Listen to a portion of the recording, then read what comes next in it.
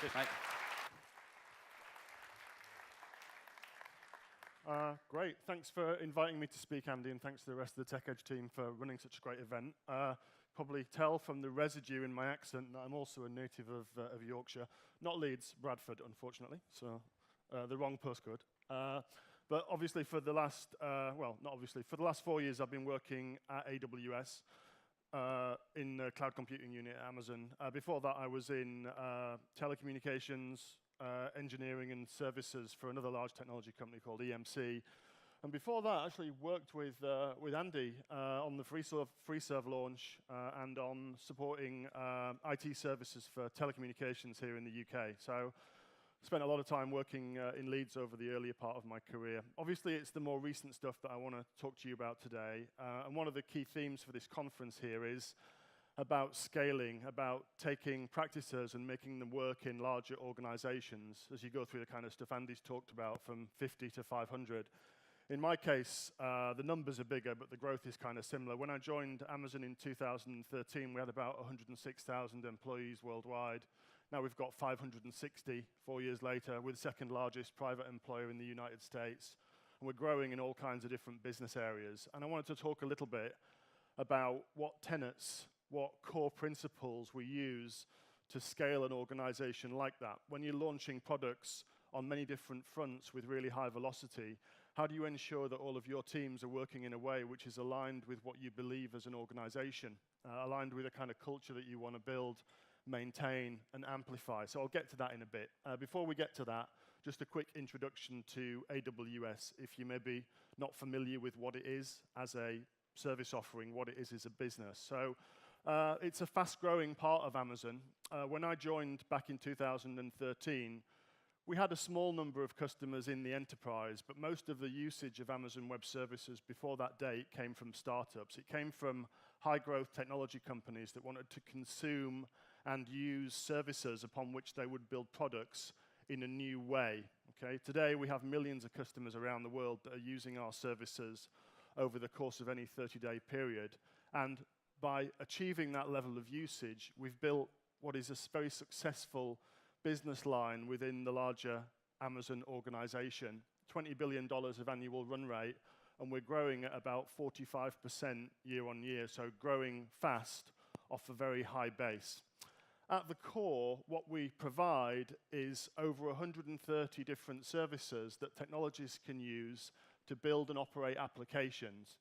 Everything from running virtual machines that you might install your own software on, right the way through to advanced services for machine learning, artificial intelligence, analytics, data management, IoT, and mobile apps. So it's a wide span of different services that developers can use, that IT professionals can use to build and operate apps.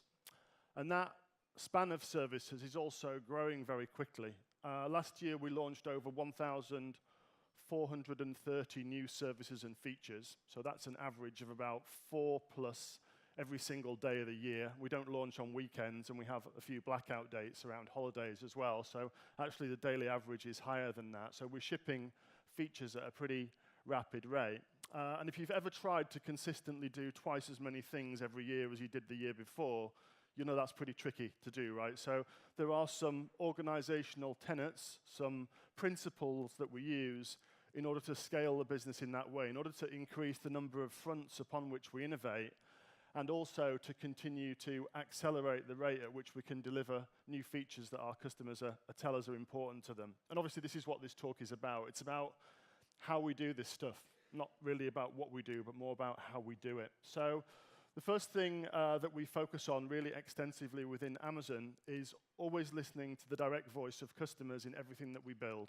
Okay, so we can't start a new project to start a new product until we have validation that that product is going to be used by a customer when we come to launch it. Okay, and it's actually the same for Amazon more broadly, not just AWS, but Amazon Retail and all of the other experimental new services that we work on.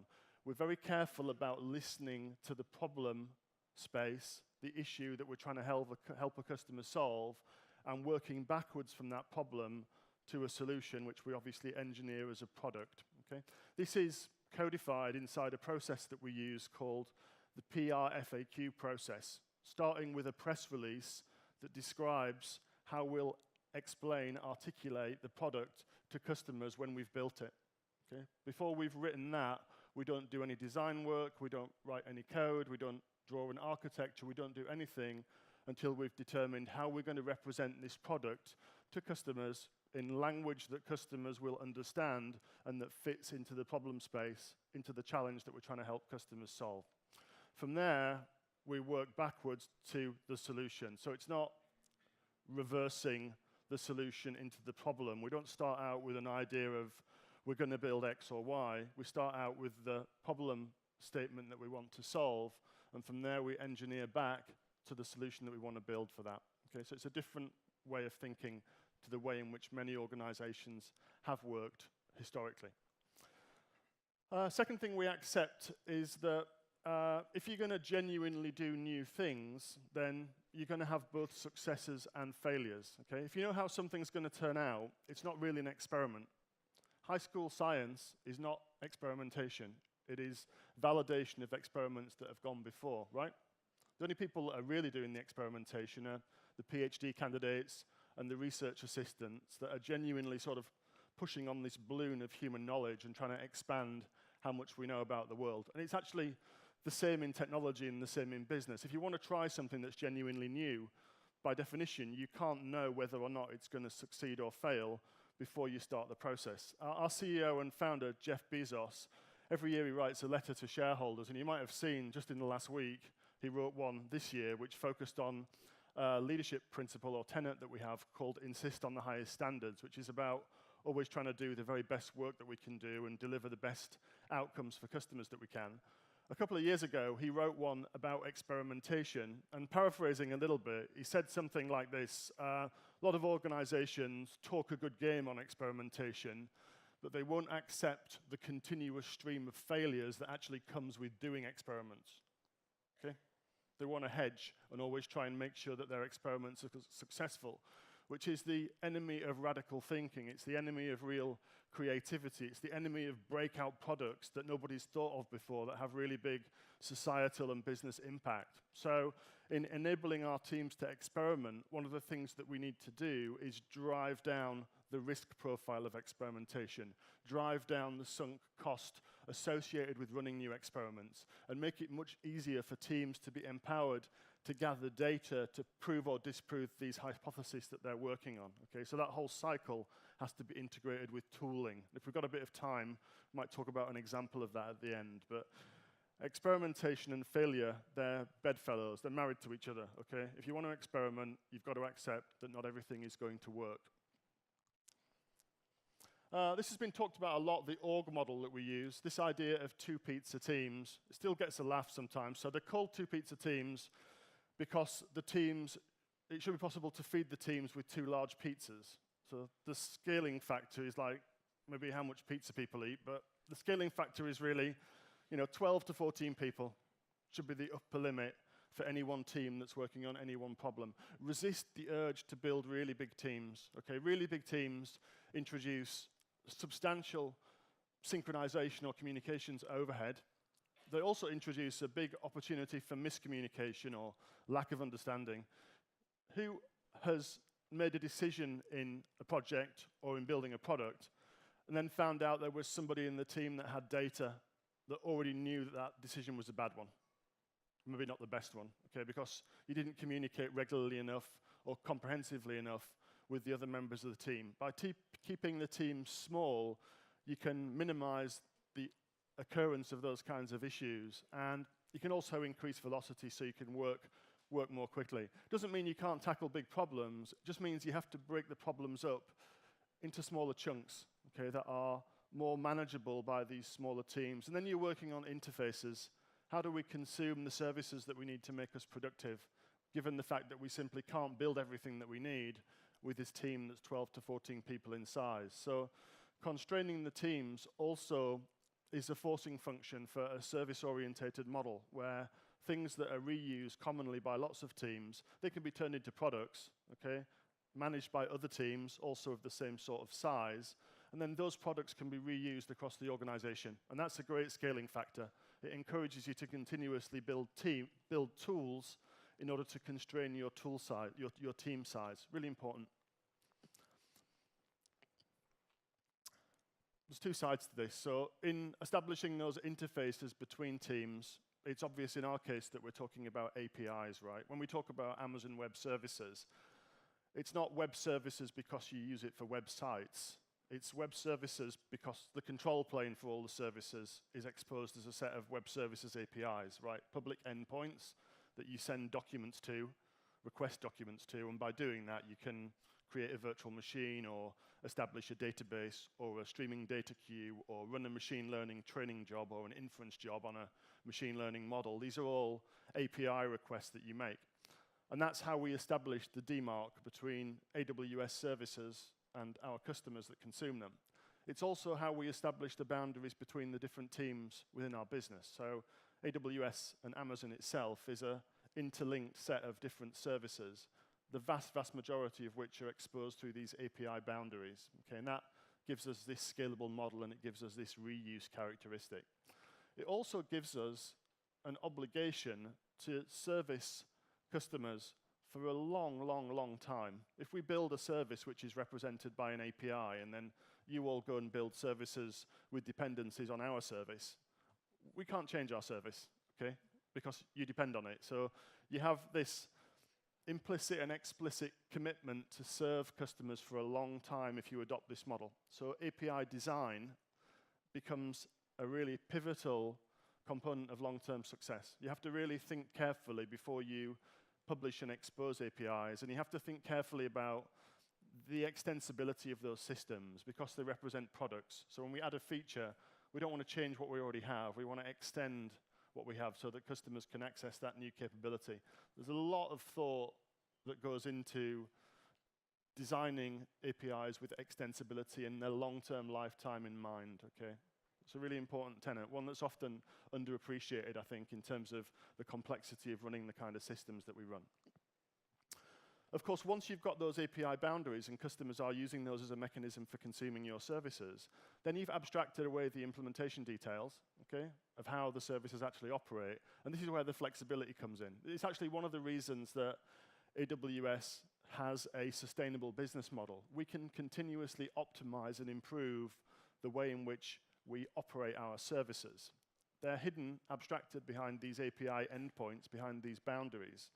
So customers can't see inside as to how we've implemented things, okay? And if we can drive the cost of our services down over time, that's abstracted away from you as well, other than the fact that we're very proactive in bringing forward price reductions for customers. But we can continuously change and improve our services through evolution, and you wouldn't necessarily know about that as a customer. You'd still continue to consume our services using the same definitions, the same request documents. And we change internally the way that the services are built for reliability, for efficiency, and for scaling over time. It gets really interesting when you consider the long lifetime of some of the services that we operate. Has anyone heard of a service called Amazon S3? This is the longest tenured service that we have. It's been around for over 11 years now. And when we start, I'll tell another story in a second about experimentation, actually, because there's an interesting hook here. But when we started with this service, it was day one of Amazon Web Services on March the 14th, 2006. Okay, so Pi Day, 2006, a long, long time ago. The service was active in one region, in the North Virginia locale in the US, okay? And it was very simple.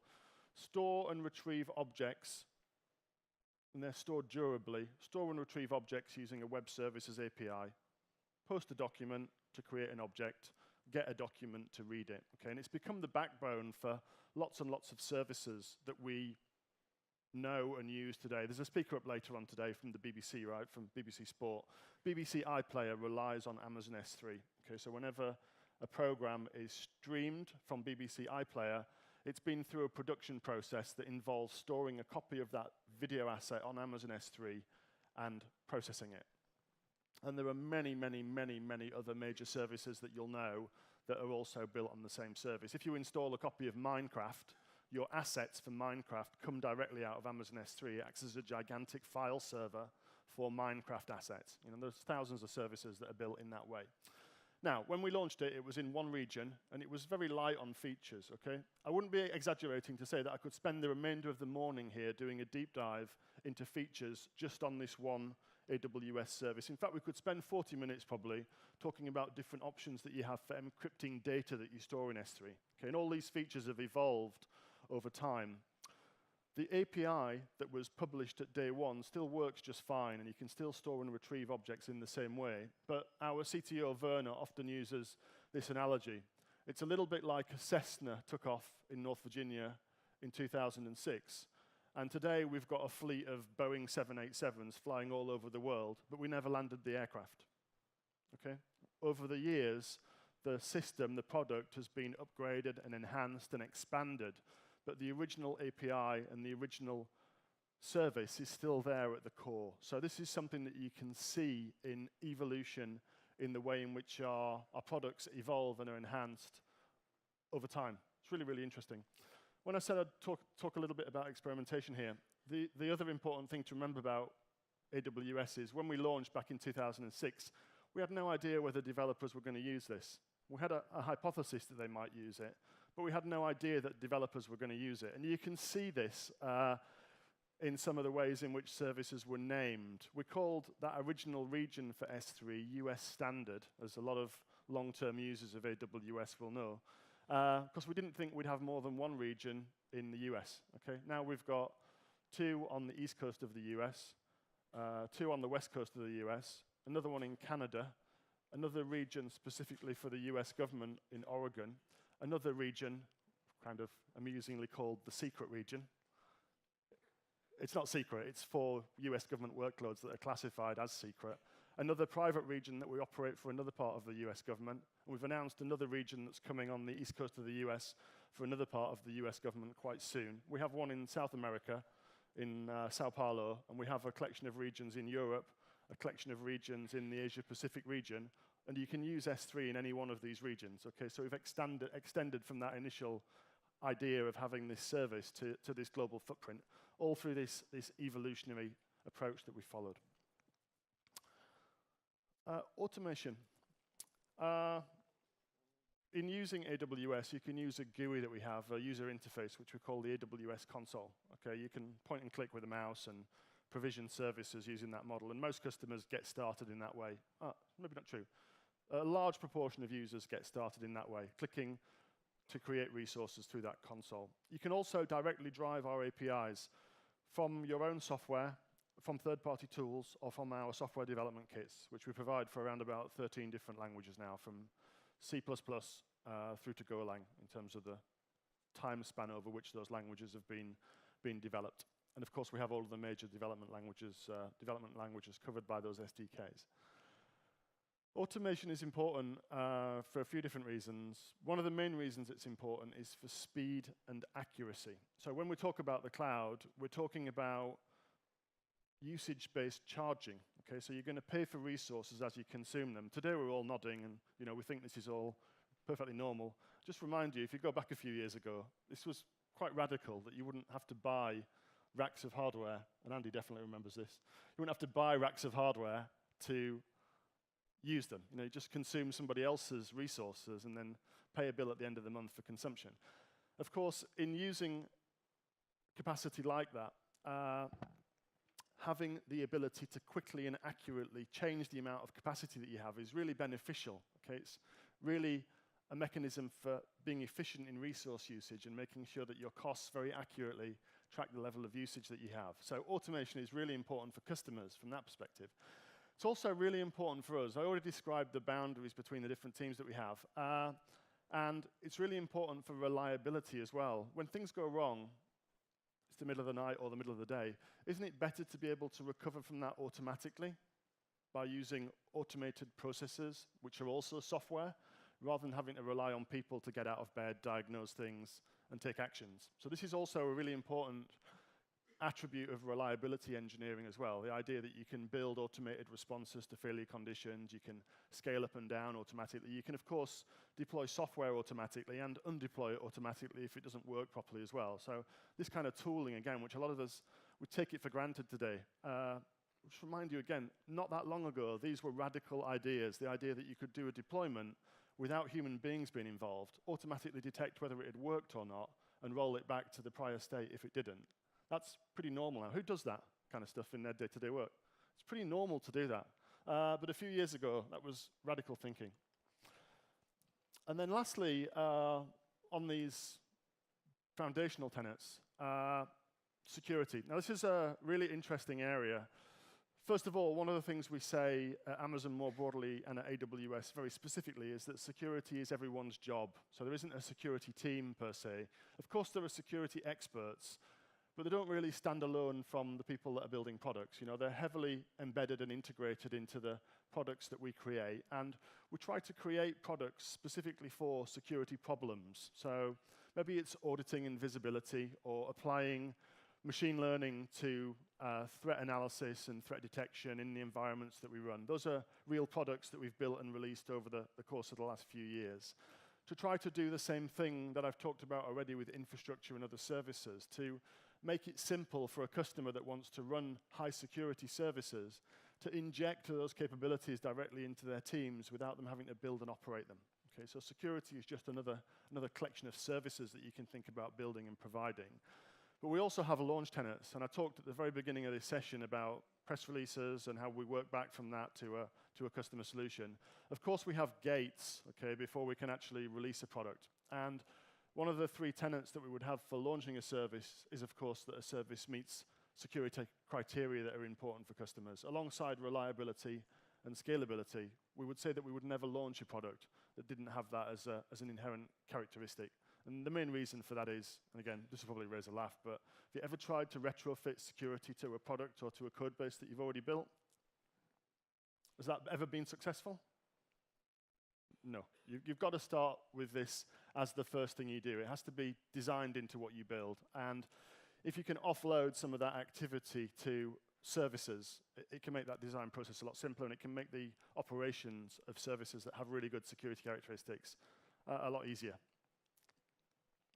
So, really, a lot of this is about breaking down barriers. It's about empowerment. It's about enabling teams to self-serve. And it's really about enabling teams to focus on the things that are unique to their particular product or service, okay? And take everything else which has been repeated, which has been written before, engineered before, operated before, and turn that into a collection of services. A lot of customers will mix and match services that AWS or other providers provide together with services that they've built themselves. But I'd really encourage you to think about how you can decompose the products that you're building, the businesses that you have, the operations that you're running, and think about this service-orientated approach. Okay, so try to turn everything that you do into a service with a product definition, a DMARC, and a team that's responsible for it.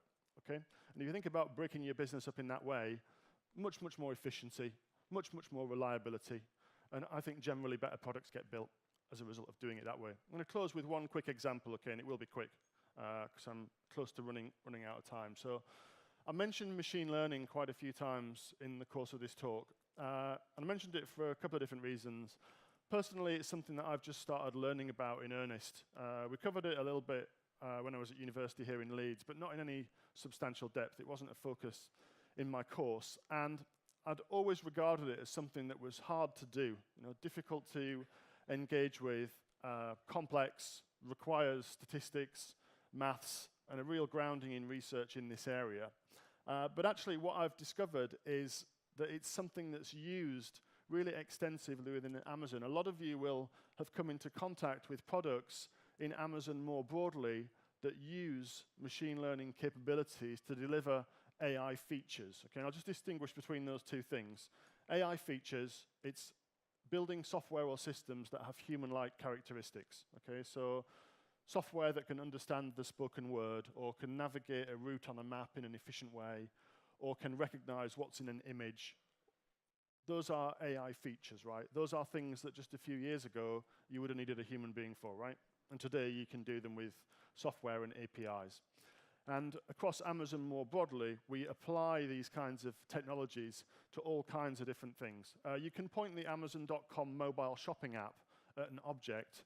It will do image detection and image-based search. Actually works really well for logos. If you've got a household product and you want to buy more of it, just point our app at the logo of the product, and it will search all the products on our website that have been manufactured by that manufacturer, and you can rebuy them. Okay, so it's image recognition with semantic search. It's a little-known feature in the mobile app.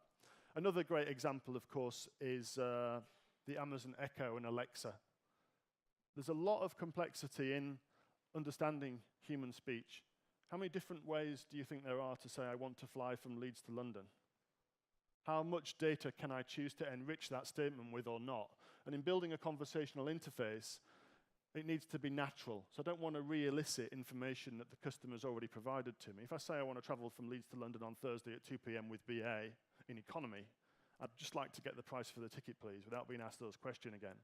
But if I say I want to fly from Leeds to London, then I want to have an enriched conversation where the system elicits the data that it needs to conclude the transaction from me automatically. It's quite a hard problem to solve. Again, language models, ASR for speech recognition, and NLU for natural language understanding, something that we've invested a lot of time and effort in at Amazon to make that really natural experience for customers.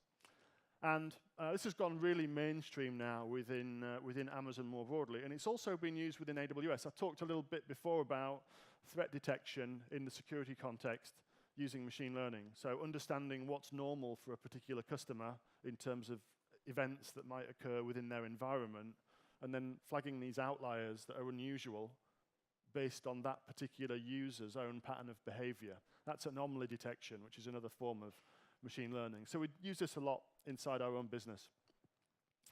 We also found that lots and lots and lots of our customers were doing the same thing. And some great examples here. You all know about Netflix with their recommendation engine. Okay, Netflix say that around 75% of all views on Netflix properties come from recommendations. So 3/4 of all traffic on their service, 3/4 of all customer value really derives from, you watch this, you might like this. Okay, it uses an algorithm called factorization machines, very similar to the one that we use for our own product recommendation engine. It's actually quite a difficult problem to solve, especially when you consider that Amazon in the UK has over 100 million products on its website. Okay, and we have a database table there with 100 million columns with a very sparse data set in it. We want to figure out which one of the 100 million you're most likely to buy next, having bought these 4. Quite tricky to do that, okay? So customers use us for that. You've also got things like Pinterest. Anyone use Pinterest here? Image search on Pinterest. There's no human beings tagging the images, okay? They're using CNNs, convolutional neural networks, to figure out what's in the images by using a training set which is annotated and then figuring out, oh, that's a picture of a minimalist tattoo versus that's a picture of a bottle of shampoo that looks like a minimalist tattoo. Quite a difficult problem to solve. So lots and lots of customers doing this, okay? And we started thinking about how we could simplify this, how we could make it easier for more customers to benefit from the same kind of features, use ML to integrate these AI features into their apps. But what we realized is customers are not homogeneous. Okay, you've got different types of customers that are interested in machine learning and artificial intelligence. You've got very, very advanced customers that already understand the algorithms, they already understand the software, they already understand the platform, they already understand the tools, maybe they've built their own tools. They they want access to high-performance computing resources in a way which is simple and low cost, okay? So we build for those guys on the low-level tooling, integrating our high-performance compute resources together with these frameworks. If you're not a machine learning practitioner, you won't know what these frameworks are. But if you are, you definitely will, okay? And you'll use them to build models of the type that I've talked about, train them, and get these outcomes. Then we started thinking about the software developer, people like me and you, in the main part, I would guess. You want to build AI features, you want to train machine learning models, but you don't want to deal with those frameworks. You just want to do algorithm selection, clean up your data set, merge your data set with your algorithm, generate your model, test your model, discover that it's garbage, go back to the beginning, clean the data in a different way, use a different algorithm with different parameters, train it again, discover that that one's also garbage, go back to the beginning again, and eventually, through this iterative process, get to the right answer.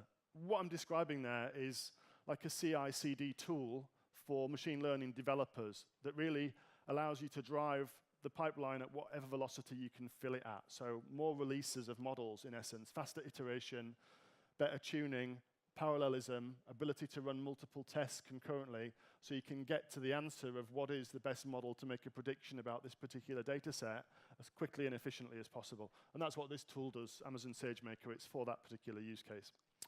And then at the top, application services. So I don't want to do any of that stuff. I just want to give the system some natural language and understand what the user means. Or I want to give them a comment and understand whether it's a positive comment or it's a negative comment that I need to follow up with customer services. Or I just want to do that image metadata extraction, categorization, and semantic search of those images. So here we have very high-level abstracted services, pre-trained CNN networks, pre-trained binary classifiers, pre-trained gradient-boosted trees that will help customers make predictions about data that they just send to the API. You just get a metadata structure back, which tells you about whatever you've sent, using the same kind of technology, but everything's hidden away behind one of these service boundaries with an API. Very simple, okay? So I hope you can see how this aligns with some of the tenets that I've talked about. Work back from the different customer classes, okay? Figure out how to enable customers to reduce their team size by only building the things that are unique to their particular use case or application, or speed up the development if they want to do that themselves using these pipeline tools. So a good worked example of how we apply those tenets that I talked about into one particular example scenario. This SageMaker product is particularly interesting because I think it's going beyond tooling that a lot of us already use in our day-to-day work. We're probably all using build pipelines, automated test tools, deployment tools, but turning that into something which is applicable to machine learning, well, there's a huge number of parallels there with what you already do today, but obviously it's domain specific.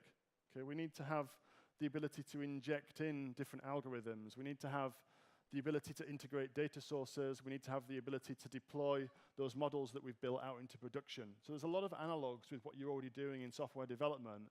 It's just in this case, we're focusing in specifically on trying to help ML developers, machine learning developers, get to these better outcomes. Okay, so that's all I have for you. If you want to ask me any questions about what you've seen today, follow up, learn more about what I've talked about, you can find me on Twitter at IanM with 4 M's. Obviously, the backstory here is that Ian M, Ian MM, and Ian MMM, well, they'd already gone when I joined Twitter, so I was late to the party, okay? Thankfully, I have more control over Amazon's email system, so ianm@amazon.com, you can find me there as well. Thank you.